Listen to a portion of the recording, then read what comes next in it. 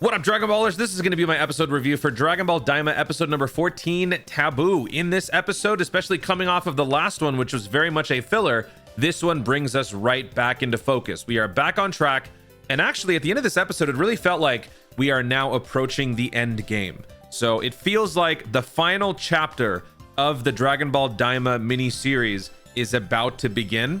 And it looks like it's going to begin in a pretty fun, action-packed sort of way. So if you guys have been enjoying all of the Dragon Ball Daima episode review content, make sure you guys hit that subscribe button. Full spoilers ahead, obviously. And if you guys want to check out the previous videos, definitely go check the playlist. I've done every single episode so far. I will continue to do all of them until the end, which I believe is episode 20. Based on how this episode left me feeling, I can totally see the series ending on episode 20. 6 more solid episodes, action-packed. I think I'll be satisfied. Without further ado, let's jump in. So we start the episode with the crew flying towards the first demon world. They are still not aware that warp has been shut down. But as they're approaching, Pansy decides to reach out to her tech support named Peril to relay to her father that they are headed towards their final destination. We then switch to Goma, who is also readying the full gendarmerie, and then asks Dagesu if their special force squad is ready. Now, when Goma mentioned their special force, I thought to myself, there's no way. There's no way we're about to get another special force. And you know what? We did. Dagesu points to the other side of the room, and we see the new Ginyu force chowing down on some delicacies. We then see Goma approaching them as they assume formation, and they begin their special poses. Led by Captain Kadem. Number 2 is Daima. Number 3 is Hylia. Number 4 is Mashim. Number 5 is Gaimoi. Together, they are known as the Gendarmerie Force. I'm probably going to be calling them the Ginyu Force. As far as their physical appearance and how they differ, it's not nearly as much of a contrast as it was for the Ginyu Force, nor even for the Pride Troopers. These guys look a lot more similar because they're all basically the same. I mean, whatever that Beerus, whatever the gendarmerie people are. I don't think we ever learned the name. These guys own weapons. Their main method of assault, I think, is just weapon based. They use staves, they use guns.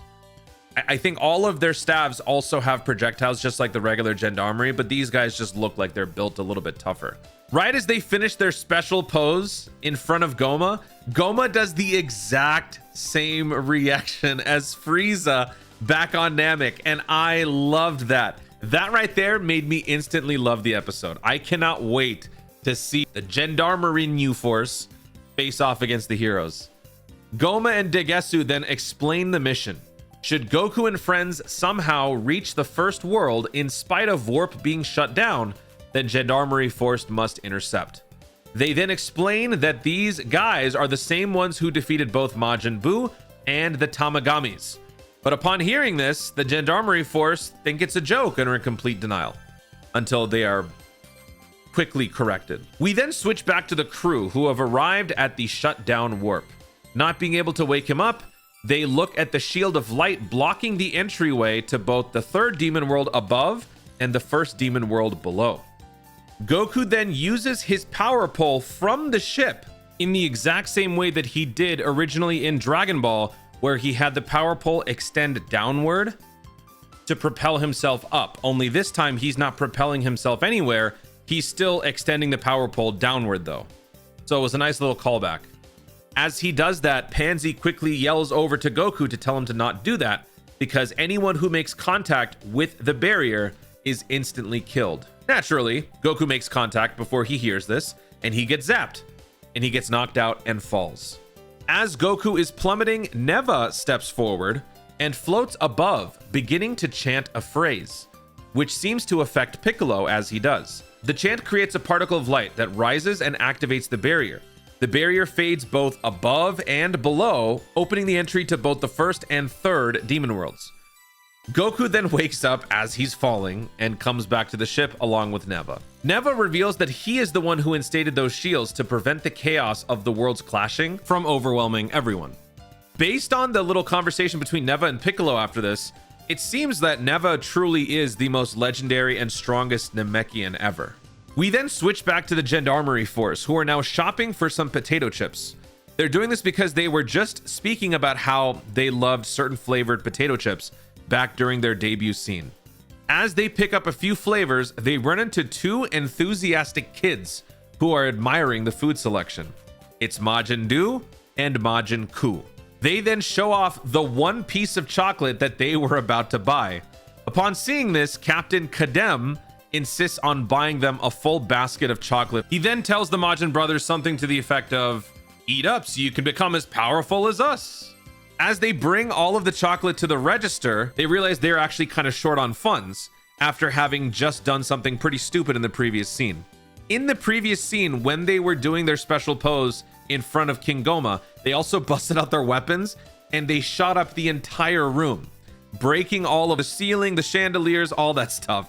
So King Goma said, yeah, y'all are paying for this. So because of that, they didn't actually have the funds to buy all of that chocolate for the kids.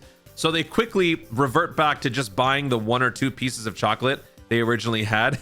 And I love this. This whole scene is completely unnecessary, but it's so funny. Kadem then quickly changes his mind and says, "Kids like you should not be eating all this junk food. Just one is fine." Which was awesome. But it's also nice to see there was some camaraderie sort of building between these two kids, the Majin brothers, and the Gendarmerie squad. That's going to be a point of interest later on because they are on opposing sides of this whole power struggle. Well, hello.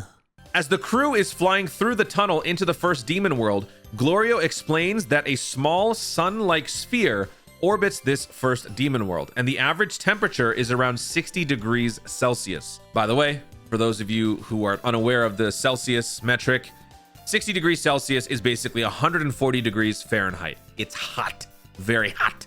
Glorio later says the plane won't hold much longer and everyone has to fly out. Since Bulma can't fly, obviously Vegeta carries her, bridal style, and it's the most wholesome, adorable thing ever. As everybody flies out, Hybis and Glorio are the last two left on the plane.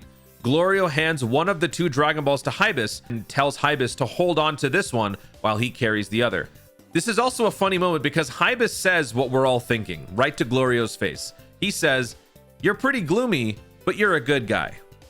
True.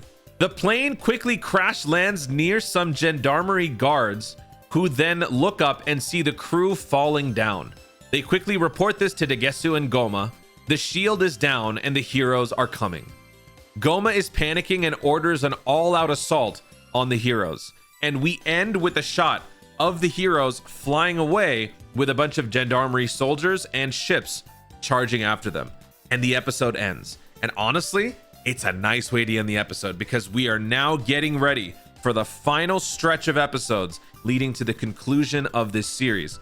And I'm hyped. This episode didn't have much fighting unless you count the attack at the end, which really didn't do anything.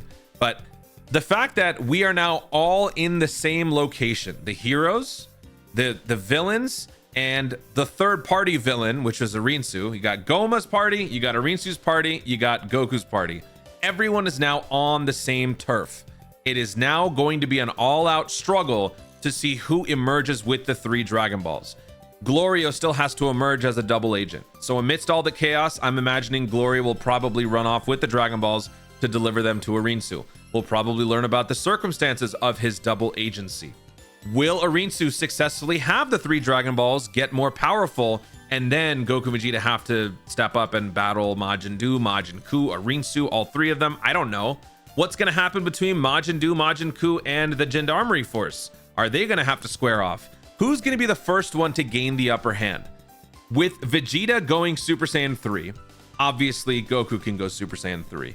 At what point will Vegeta and Goku have to resort to that join bug? Because don't forget, the join bug is still a MacGuffin very much in play.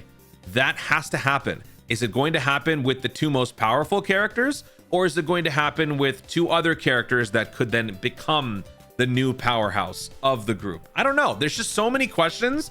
But the great thing is, they're not burning questions for me anymore because I know that they're going to get answered in the next few episodes. It has to.